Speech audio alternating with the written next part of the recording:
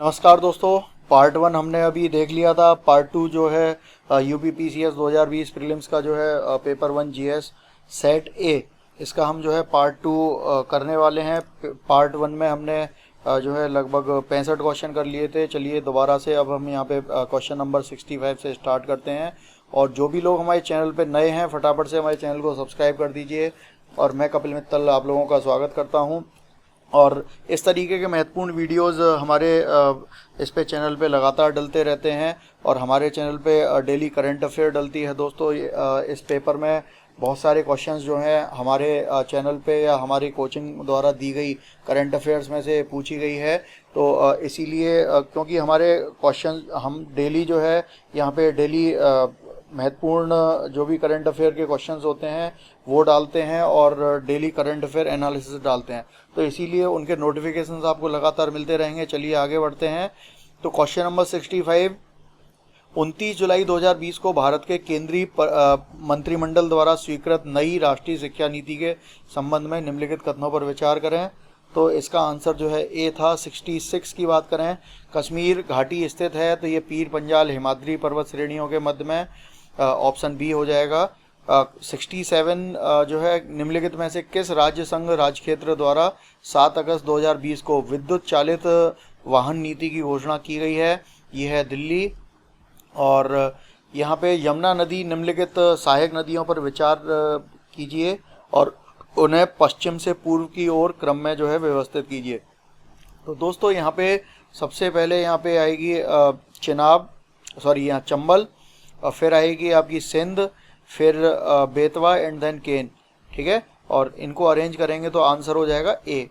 फिर होगा हमारा अगला क्वेश्चन है 69, निम्नलिखित में से किस भारतीय फाउंडेशन ने अगस्त 2020 में फूड विजन 2050 पुरस्कार प्राप्त किया? तो यह है नांदी फाउंडेशन। अगला क्वेश्चन है, निम्नलिखित में से कौन सा एक सही सुमेलित नहीं है?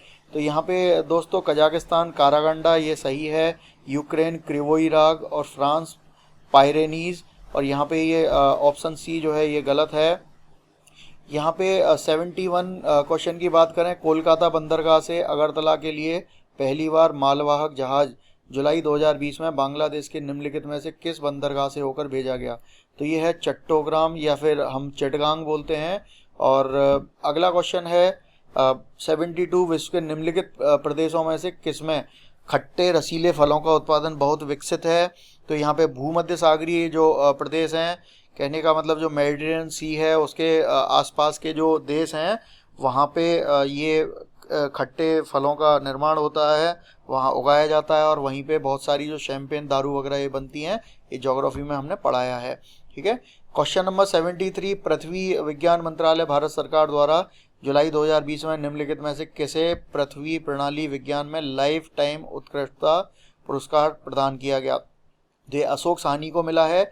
अगला क्वेश्चन 74, तो यहाँ पे दो सूचियाँ दे रखी हैं, उष्णकटिबंधीय चक्रवात दे रखे हैं और उनको देशों से सुमेलित करना है। दोस्तों यहाँ पे बेगुअस जो है ये फिलीपाइंस का है, हरिकेन ये हैरी पॉटर से याद कर सकते हैं, यूएसए। ठीक है, और टाइफून ये चीन में आता है, विली विली ऑस्ट्रेलिया। तो आंसर हो जाएगा इसका 74 का बी। अगला क्वेश्चन 75, सुपोषण यूट्रिफिकेशन के संबंध में निम्नलिखित में से कौन सा कथन सही है? तो दोस्तों यहाँ पे यह जल में घुलित ऑक्सीजन को कम करता है, बिल्कुल सही है। यह जल निकाय के पोषक तत्व संवर्धन की घटना है, बिल्कुल सही है। तो यहाँ पे दोस्तों ये यूट्रिफिकेशन होता है कि जो भी पानी है, पानी में जब मिनरल्स पोषक तत्व बढ़ जाते हैं तो उसकी वजह से वहाँ पे क्या होते हैं, ये इसी को हम यूट्रिफिकेशन बोलते हैं। और इसकी वजह से क्या होता है, वहाँ पे बहुत सारे ये शैवाल ग्रो हो जाते हैं, उसकी वजह से ऑक्सीजन की कमी हो जाती है। तो यहाँ पे ऑप्शन सी हो जाएगा। अगला क्वेश्चन 76, डार्लिंग श्रृंखला ऑस्ट्रेलिया के निम्नलिखित तटों में से किस पर अवस्थित है? दक्षिणी पश्चिमी तट पर। क्वेश्चन नंबर 77 की बात करें, निम्नलिखित घटनाओं को उनके प्रारंभ के कालक्रम में व्यवस्थित कीजिए। तो यहाँ इसका आंसर जो है वो सी हो जाएगा। अगला 78, निम्नलिखित में से कौन सा महासागरीय धारा हिंद महासागर से संबंधित है? तो अगुल्लास धारा है ये। और 79, एक पारिस्थितिकी तंत्र के विभिन्न घटकों में होकर पोषक तत्वों का गुजरना कहलाता है जैव भू रसायन चक्र। अगला है क्वेश्चन 80, सूची 1, सूची 2। तो यहाँ पे कुछ यहाँ पे समूह दिए हैं, उनके देश दिए हैं।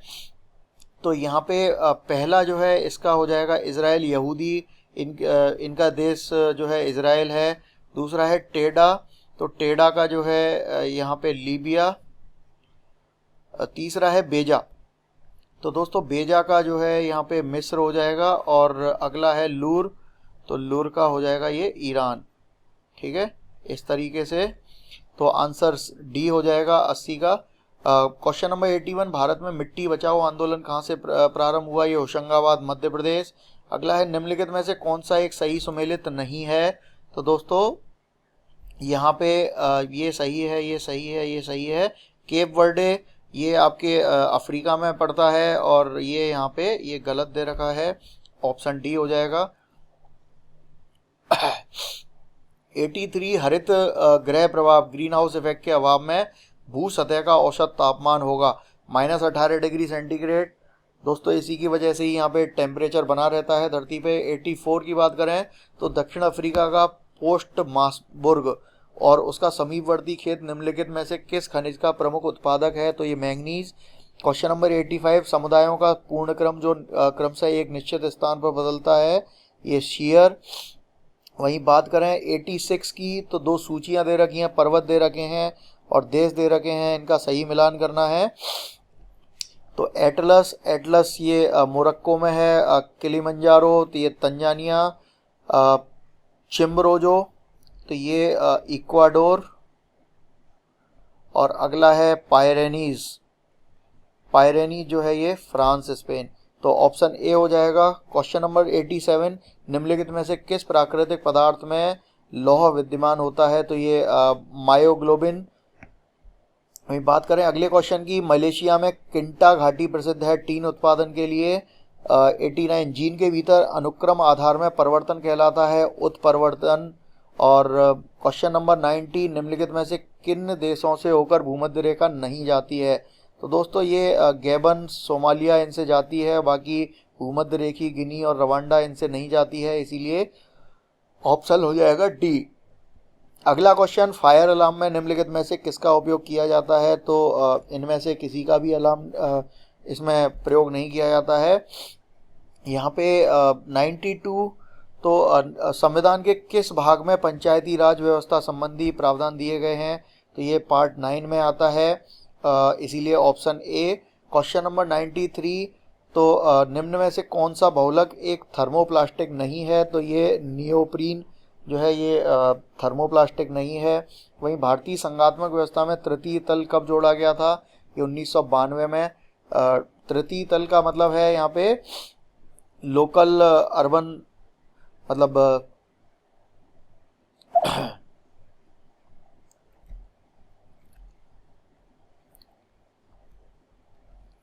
Local urban bodies. ठीक है, मतलब पंचायती राज। तो ये 1992 में जोड़ा गया था। मानव शरीर में प्रोटीन का पाचन निम्नलिखित में से किस अंग में प्रारंभ होता है? ये आमाशय में होता है। निम्नलिखित में कौन सा संविधान के अनुच्छेद 3 के तहत संसद के कानून द्वारा संभव नहीं है? तो ये है नए राज्यों का प्रवेश।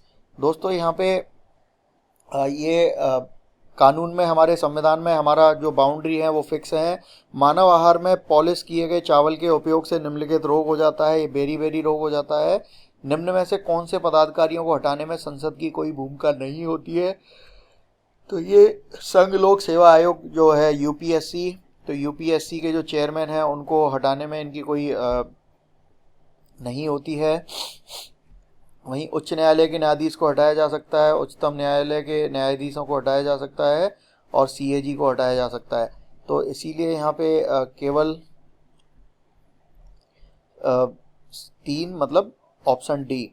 वहीं बात करें 99, निम्नलिखित में से कौन सा विटामिन मनुष्य में रक्त के जमने के लिए जिम्मेदार है? तो विटामिन के।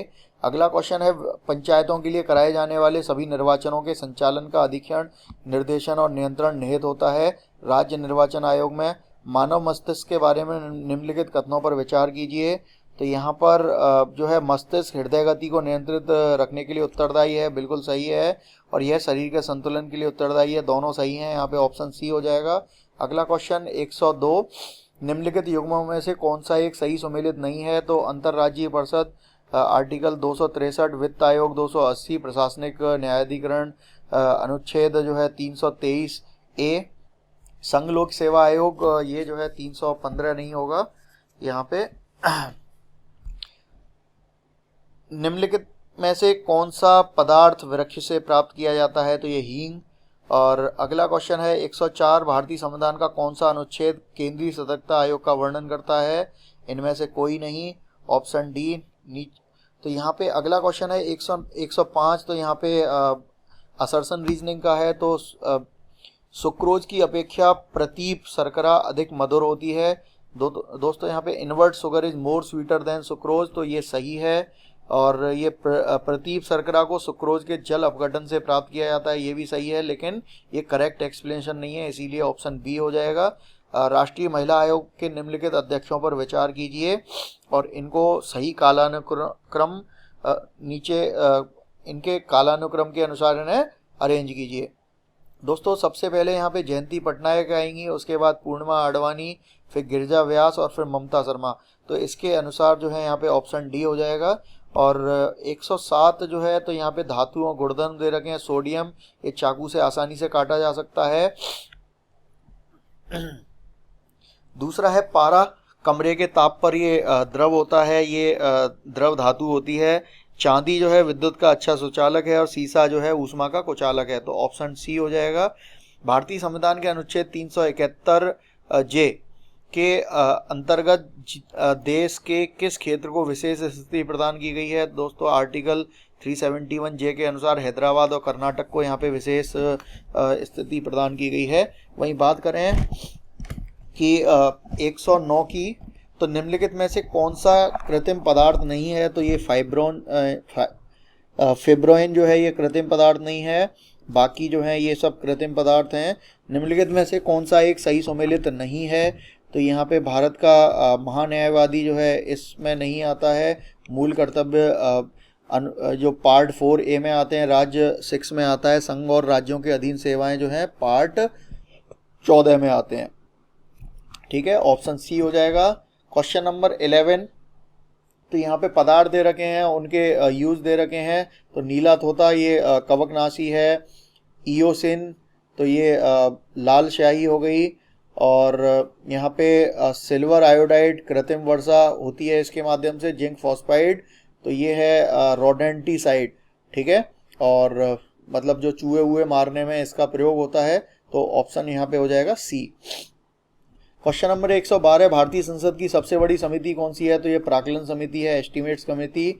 और क्वेश्चन नंबर 113, नीति आयोग द्वारा दिसंबर 2019 में जारी सतत विकास लक्ष्यों भारत सूचकांक 2019-20 पर जारी रिपोर्ट के अनुसार उत्तर प्रदेश को निम्नलिखित वर्गों में से किसमें वर्गीकृत किया गया है? तो यहाँ पे ये अच्छे प्रदर्शन वाले परफॉर्मर में कैटेगराइज किया गया है, तो ऑप्शन बी हो जाएगा। 114, भारतीय संविधान के कौन से अनुच्छेद नागरिकता से संबंधित हैं? तो अनुच्छेद 5 से लेकर 11 तक ये जो है नागरिकता से संबंधित हैं, ऑप्शन सी हो जाएगा। क्वेश्चन नंबर 115, उत्तर प्रदेश के निम्नलिखित नगरों में से कौन से विरासत शहर विकास और वृद्धि योजना हृदय के अंतर्गत शामिल किया गया करे गए हैं? तो वाराणसी, मथुरा, प्रयागराज इनको शामिल यहाँ पे वाराणसी और मथुरा को जो है यहाँ पे हृदय योजना के तहत जो है यहाँ शामिल किया गया है। प्रयागराज और अयोध्या नहीं है, इसीलिए ऑप्शन 1 और 2 हो जाएंगे। अगला क्वेश्चन 116, तो यहाँ पे रीजनिंग असर्शन का है। भारतीय राजनीतिक व्यवस्था के प्रकृति में निरंतरता एवं परिवर्तन के तत्व मूर्त रूप में पाए जाते हैं, बिल्कुल सही है। और कारण दिया है, भारतीय राजनीतिक व्यवस्था में निम्न राजनीतिक कार्यशैलियों जैसे आधुनिक शैली, परंपरागत शैली, संत शैली के तत्व समाहित हैं, दोनों सही हैं। और जो रीजन है वो सही है असर्शन का, तो इसीलिए यहाँ पे ऑप्शन ए हो जाएगा। अगला है 117, प्रजनन के प्रतिस्थापन स्तर तक पहुँचने के लिए जनसंख्या की कुल प्रजनन दर टोटल फर्टिलिटी रेट जो है ये 2.1 होगी, ऑप्शन सी। क्वेश्चन नंबर 118, राज्यों में मुख्यमंत्री सहित मंत्रिपरिषद में मंत्रियों की न्यूनतम संख्या क्या हो सकती है? 12। बात करें अगला क्वेश्चन तो यहाँ पे 119 भारत में गरीबी के अनुमान हेतु निम्नलिखित में से कौन से विधियों का प्रयोग किया जा रहा है। तो यहाँ पे सिर गणना विधि, कैलोरी ग्रहण, पारिवारिक उपभोग व्यय और प्रति व्यक्ति आय। दोस्तों यहाँ पे ये सारे जो हैं ये सही हैं और इसीलिए ऑप्शन डी सही हो जाएगा। क्वेश्चन नंबर 120, भारत के सर्वोच्च न्यायालय ने संविधान के आधारभूत ढांचे के सिद्धांत को स्पष्ट किया था। दोस्तों ये जो है केशवानंद भारती केस था 1973 और यहाँ पे ये क्वेश्चन इसलिए पूछा गया है, केशवानंद भारती का अभी हाल ही में निधन हुआ है। क्वेश्चन नंबर 121, आयुष्मान भारत योजना के संदर्भ में निम्नलिखित में से कौन से कथन सत्य हैं। तो यहाँ पे यह योजना प्रति व्यक्ति 5 लाख रुपए का मुफ्त स्वास्थ्य बीमा प्रदान करती है। इस योजना में होने वाले व्यय में केंद्र और राज्यों की भागीदारी 60:40 के अनुपात में होती है। तो यहाँ पे केवल 2 सही है और इस वजह से ऑप्शन बी। निम्नलिखित में से कौन सा एक सही सुमेलित नहीं है। तो दोस्तों यहाँ पे 39A ये सही है, समान न्याय और निःशुल्क विधिक सहायता। अनुच्छेद 40 जो है आर्टिकल 40 ग्राम पंचायतों का गठन और अनुच्छेद 44 जो है समान नागरिक संहिता यूनिफॉर्म सिविल कोड और यहाँ पे अनुच्छेद 48 जो है ये गलत है, यहाँ पे ऑप्शन डी हो जाएगा। क्वेश्चन नंबर 123, पोस्की सस्टेनेबल पर्यटन का जो है मुख्य उद्देश्य है। तो यहाँ पे सस्टेनेबल पर्यटन टूरिज्म, तो यहाँ पे सांस्कृतिक अखंडता और पारिस्थितिक प्रक्रियाओं को बनाए रखते हुए पर्यटन और पर्यावरण प्रबंध करना। ठीक है, तो सस्टेनेबल का मतलब ही यही है और ऑप्शन सी हो जाएगा। क्वेश्चन नंबर 124, भारत के महान्यायवादी के संदर्भ में निम्नलिखित कथनों पर विचार कीजिए। तो यहाँ पे राष्ट्रपति ऐसे किसी व्यक्ति की नियुक्ति करेगा जो उच्चतम न्यायालय के न्यायाधीश के रूप में नियुक्ति के लिए अर्ह होगा। तो यहाँ पे ये सही होगा, इसीलिए यहाँ पे और दूसरा है महान्यायवादी इतना पारिश्रमिक प्राप्त करेगा जो संसद अवधारित करे। तो यहाँ पे ये जो है ऑप्शन ए सही होगा। हौसला 2018 के संदर्भ में निम्नलिखित में से कौन से कथन सही हैं। तो यहाँ पे हौसला 2018 का आयोजन महिला एवं बाल विकास मंत्रालय भारत सरकार द्वारा नई दिल्ली में किया गया था, सही है। यह बच्चों की देखरेख करने वाली संस्थाओं के बच्चों का राष्ट्रीय उत्सव था, तो ये भी सही है। तो ऑप्शन यहाँ पे सी हो जाएगा। क्वेश्चन नंबर 126, नीचे 2 कथन दिए गए हैं जिनमें एक को कथन ए और दूसरे को कारण कहा गया है। तो दोस्तों ये रीजनिंग असर्शन का है। भारतीय संघात्मक व्यवस्था को अर्ध संघात्मक व्यवस्था कहा जाता है, बिल्कुल सही है, क्योंकि यहाँ यूनियन भी है और फेडरलिज्म भी है। ठीक है, और इसका कारण दिया है, भारत में एक स्वतंत्र न्यायपालिका है जिसे न्यायिक पुनर्निरीक्षण का अधिकार है। स्टेटमेंट तो सही है लेकिन ये इसका सही कारण नहीं है, इसीलिए ऑप्शन बी हो जाएगा। और यहाँ बात करें अगला क्वेश्चन 127, भारत $5 ट्रिलियन अर्थव्यवस्था का लक्ष्य वर्ष 2024 तक, तो ऑप्शन बी हो जाएगा। निम्नलिखित में से किस पर गतिरोध दूर करने हेतु लोकसभा और राज्यसभा की संयुक्त बैठक हो सकती है। तो ये सामान्य विधेयक और सामान्य विधेयक, तो ऑप्शन ए। और अगला क्वेश्चन है 129, मानव गरीबी सूचकांक HPI की अवधारणा।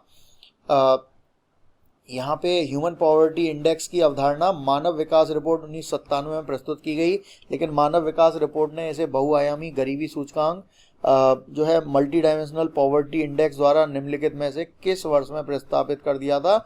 यह है वर्ष 2010, तो ऑप्शन सी हो जाएगा। क्वेश्चन नंबर 130, लॉकडाउन के दौरान भारत सरकार के द्वारा प्रयुक्त असाधारण शक्तियों को विधिक आधार निम्नलिखित में से किस कानून से प्राप्त हुआ। तो यहाँ पे दोस्तों ये अभी जो कोरोना के दौरान जो सरकार ने लॉकडाउन लगाया है वो यहाँ पे डिजास्टर मैनेजमेंट एक्ट है और ये एपिडेमिक डिजीज एक्ट 1897 इनके तहत है, तो ऑप्शन सी हो जाएगा। क्वेश्चन नंबर 131, तो यही असर्शन रीजनिंग का क्वेश्चन है। राष्ट्रीय ढांचागत पाइपलाइन NIP सरकार द्वारा 2020-2030 की अवधि के लिए आरंभ किया गया है, बिल्कुल गलत है। इसी वजह से यहाँ पे क्या हो जाएगा, आंसर डी हो जाएगा, क्योंकि ऐसा एक ही ऑप्शन होता है। यहाँ पे अगला क्वेश्चन 132, यहाँ पे एक अनुच्छेद दे रखे हैं और उनके प्रावधान दे रखे हैं। अनुच्छेद 61 जो है राष्ट्रपति पर महाभियोग से संबंधित है। अनुच्छेद 67 बी जो है ये उपराष्ट्रपति को हटाने से संबंधित है। वहीं अनुच्छेद 94 जो है स्पीकर को हटाने से संबंधित है, और अनुच्छेद 90 जो है राज्यसभा के उपसभापति को हटाने से संबंधित है, इसीलिए ऑप्शन सी हो जाएगा। विश्व बैंक की ease of doing business report, इसके संबंध में कौन सा कथन सही है? तो दोस्तों यहाँ पे दोनों कथन सही हैं। Ease of doing business report 2020 में भारत का 63वां स्थान था, और वर्ष 2019 की ease of doing business report में भारत का 77वां स्थान था, इसीलिए ऑप्शन सी सही हो जाएगा। क्वेश्चन नंबर 134, भारत की संविधान सभा ने निम्नलिखित में से किस तिथि को राष्ट्रीय ध्वज को अपनाया था? ये 22 जुलाई 1947, ऑप्शन सी हो जाएगा। क्वेश्चन नंबर 135 की बात करें, केंद्रीय बजट 2020-21 के द्वारा उत्कृष्ट कॉरपोरेट बॉन्ड में विदेशी पोर्टफोलियो निवेश की सीमा बढ़ा दी गई है, तो यहाँ पे 15% तक बढ़ा दी गई है, इसीलिए ऑप्शन डी हो जाएगा। क्वेश्चन नंबर 136, उत्तर प्रदेश में बायोटेक्नोलॉजी पार्क निम्नलिखित स्थानों में कहाँ स्थित हैं? तो ये लखनऊ में स्थित है, इसीलिए ऑप्शन डी हो जाएगा 136 का। क्वेश्चन नंबर 137 की बात करें तो यहाँ पे दो सूची दे रखी हैं, एक में योजनाएं दे रखी हैं, एक में प्रारंभ वर्ष। तो दोस्तों यहाँ पे थोड़ा सा ट्रिकी क्वेश्चन है। यहाँ पे स्वच्छ भारत अभियान मोदी जी आए थे पहले टर्म में, तो उन्होंने पहले ही वर्ष में इन्होंने स्वच्छ भारत अभियान आया था, तो यहाँ पे डी का 4 हो जाएगा। और पीएम वय वंदना योजना ये है 2017 में आई थी, तो यहाँ ये तीसरा आप मैच करेंगे तो यहाँ पे ऑटोमेटिकली ऑप्शन ए हो जाएगा, और बाकी को मिलाने की जरूरत नहीं है। क्वेश्चन नंबर 138, विकास अन्वीक्षण और मूल्यांकन कार्यालय जो दीर्घकालिक नीति का अन्वीक्षण करता है निम्नलिखित में से किस कार्यालय के अंतर्गत आता है? तो ये नीति आयोग के अंतर्गत आता है, ऑप्शन डी हो जाएगा। क्वेश्चन नंबर 139, तो निम्नलिखित में से कौन सा एक प्राकृतिक रूप में वायुमंडल में पाई जाने वाली ग्रीन हाउस गैस नहीं है? तो दोस्तों यहाँ पे ग्रीन हाउस गैस की बात हो रही है, तो ये nitrogen oxide, carbon dioxide, methane और ओजोन, तो यहाँ पे ये नाइट्रोजन ऑक्साइड जो है ये ग्रीन हाउस गैस नहीं है, तो ऑप्शन ए। 140 की बात करें, निम्नलिखित में से कौन सा कथन खुदरा व्यापारियों, दुकानदारों और स्वरोजगार वाले व्यक्तियों के लिए राष्ट्रीय पेंशन योजना के बारे में सही नहीं है? ठीक है, तो यहाँ 18 से 40 वर्ष आयु वर्ग के लोग इसके पात्र हैं, उनका वार्षिक लेन देन या टर्नओवर 1.5 करोड़ रुपए से अधिक ना हो, और राष्ट्रीय पेंशन योजना के सदस्य इसके पात्र हैं, ये गलत है। इसके अंतर्गत ₹3000 का मासिक पेंशन सुनिश्चित है। दोस्तों यहाँ पे ये पेंशन जो है ये कितना ये जमा करते हैं उसके आधार पर होती है, ठीक है, तो ऑप्शन सी हो जाएगा। क्वेश्चन नंबर 141, निधि कार्यक्रम के संदर्भ में निम्न में से कौन सा कथन सही है? तो यहाँ निधि कार्यक्रम छात्रों के लिए स्टार्टअप हेतु प्रारंभ किया गया है, तो ये पहला सही है। इसका उद्देश्य 20 छात्रों के स्टार्टअप हेतु प्रतिवर्ष वित्तीय सहायता करना है, तो ऑप्शन यहाँ पे सी सही हो जाएगा, पहला दूसरा दोनों सही हैं। अगले क्वेश्चन 142 पे आए तो सामान्यतया पर्यावरण को निम्न प्रकार से वर्गीकृत किया जा सकता है, निम्नलिखित में से कौन सा इस वर्गीकरण का अंश नहीं है? तो generally environment can be classified as following categories, which among the following is not a part of such category. तो दोस्तों यहाँ पे ये ऑपरेशनल एनवायरनमेंट जो है इस कैटेगरी में नहीं आएगा, और फिजिकल एनवायरनमेंट, कल्चरल, बायोलॉजिकल आएगा, ये नहीं होगा, ठीक है, तो ऑप्शन ए हो जाएगा। क्वेश्चन नंबर 143 असर्शन रीजनिंग का है, तो केंद्रीय बजट 2020-21 में कृषि की आय दोगुनी करने के उद्देश्य के साथ ग्रामीण विकास पर ध्यान केंद्रित किया गया है, बिल्कुल सही है। दोस्तों यहाँ पे तक नहीं बोला है, मैं 2020 में मोदी जी ने बोला है किसानों की आय को दोगुना करना है, ठीक है, तो ये सही है। और बजट में घोषित 16 सूत्रीय कार्यक्रम कृषि, सिंचाई और ग्रामीण विकास के चतुर्दिक केंद्रित हैं, ये भी सही है। और यहाँ पे ये जो कार्यक्रम है ये किसानों की आय को दोगुना करने से संबंधित है, इसीलिए यहाँ पे ये क्या है, कारण सही हो जाएगा और ऑप्शन ए हो जाएगा। वहीं बात करें 144 की पारिस्थितिकी संक्रमण, तो कंसेप्ट इकोलॉजिकल ट्रांजिशन की अवधारणा का सर्वप्रथम प्रयोग किया था बेनेट द्वारा, ये प्रयोग हुआ था। और ट्रैवल एंड ऑप्शन बी हो जाएगा। Question number 145, travel and tourism प्रतियोगात्मक सूचकांक, तो ये TTCI जो है विश्व आर्थिक मंच द्वारा जारी किया जाता है, ऑप्शन सी हो जाएगा। क्वेश्चन नंबर 140, निम्नलिखित में से कौन सा वैश्विक ताप वृद्धि ग्लोबल वार्मिंग का प्रभाव है? तो यहाँ पे ये चारों हैं, समुद्र जल स्तर जो है इसका बढ़ना, हिमनदी का पिघलना मतलब ग्लेशियर्स का पिघलना, बीमारियों का फैलना, गर्मी बढ़ती है तो बीमारियां भी फैलती हैं, और जो कोरल रीफ हैं उनका ब्लीचिंग। ठीक है, तो यहाँ पे ये जो है ये चारों हो जाएंगे, ऑप्शन डी हो जाएगा। अगला क्वेश्चन 147 निम्नलिखित घटनाओं पर विचार कीजिए, उन्हें कालक्रमानुसार व्यवस्थित कीजिए। तो यहाँ पे दोस्तों नाबार्ड की स्थापना 1982 में हुई थी, किसान क्रेडिट कार्ड 1998 और क्षेत्रीय ग्रामीण बैंक जो है रीजनल रूरल बैंक 1975 में। ये बहुत ही फ्रीक्वेंट पूछे जाने वाले क्वेश्चंस हैं किसी भी एग्जाम में। और यहाँ पे हम देखेंगे तो सबसे पहले जो है यहाँ पे ये रीजनल रूरल बैंक है, और उसके बाद यहाँ पे पहले के बाद तीसरा होगा, तो इसके अनुसार जो है यहाँ पे आप देख सकते हैं पहले के बाद तीसरा आ रहा है, तो ऑप्शन ए हो जाएगा, बाकी और किसी में नहीं है। क्वेश्चन नंबर 148 निम्नलिखित घटनाओं को काल के अनुक्रम में जो है व्यवस्थित कीजिए। तो यहाँ पे इनकी डेट जो है रियो अर्थ समिट जो हुई थी 1992 में हुई थी, और ब्रंडटलैंड कमीशन रिपोर्ट जो आई थी वो 1987 में प्रकाशित हुई थी। जो मॉन्ट्रियल प्रोटोकॉल जो है वो एनफोर्समेंट 1989 में हुआ था 1989, और the limit to growth report जो है 1972 में प्रकाशित हुई थी। तो यहाँ पे ऑप्शन बी हो जाएगा। और 149वां क्वेश्चन, कौशल भारत अभियान के संदर्भ में निम्नलिखित में से कौन सा सही है। तो कौशल भारत अभियान की शुरुआत प्रधानमंत्री ने जुलाई 2015 में की थी, बिल्कुल सही है। इस अभियान का प्रमुख उद्देश्य भारत के युवाओं को सूचना तकनीकी में प्रशिक्षित करना। दोस्तों यहाँ पे केवल सूचना प्रौद्योगिकी नहीं है, बाकी अन्य भी बहुत सारे जो हैं मद हैं उनमें ट्रेनिंग देना है, तो इसीलिए यहाँ पे दूसरा गलत हो जाएगा। और ये उद्देश्यों में से एक उद्देश्य है, वन ऑफ मैनी, तो इसीलिए यहाँ पे ऑप्शन ए हो जाएगा। लास्ट क्वेश्चन आज का, राष्ट्रीय चंबल अभयारण्य निम्नलिखित में से किस राज्य का हिस्सा नहीं है। दोस्तों उत्तर प्रदेश में ये चंबल का हिस्सा पड़ता है, मध्य प्रदेश राजस्थान तीनों में पड़ता है, हरियाणा में नहीं पड़ता है, इसीलिए यहाँ पे ऑप्शन डी हो जाएगा। और दोस्तों यहाँ पे जो है ये अगला वीडियो हमारा जो है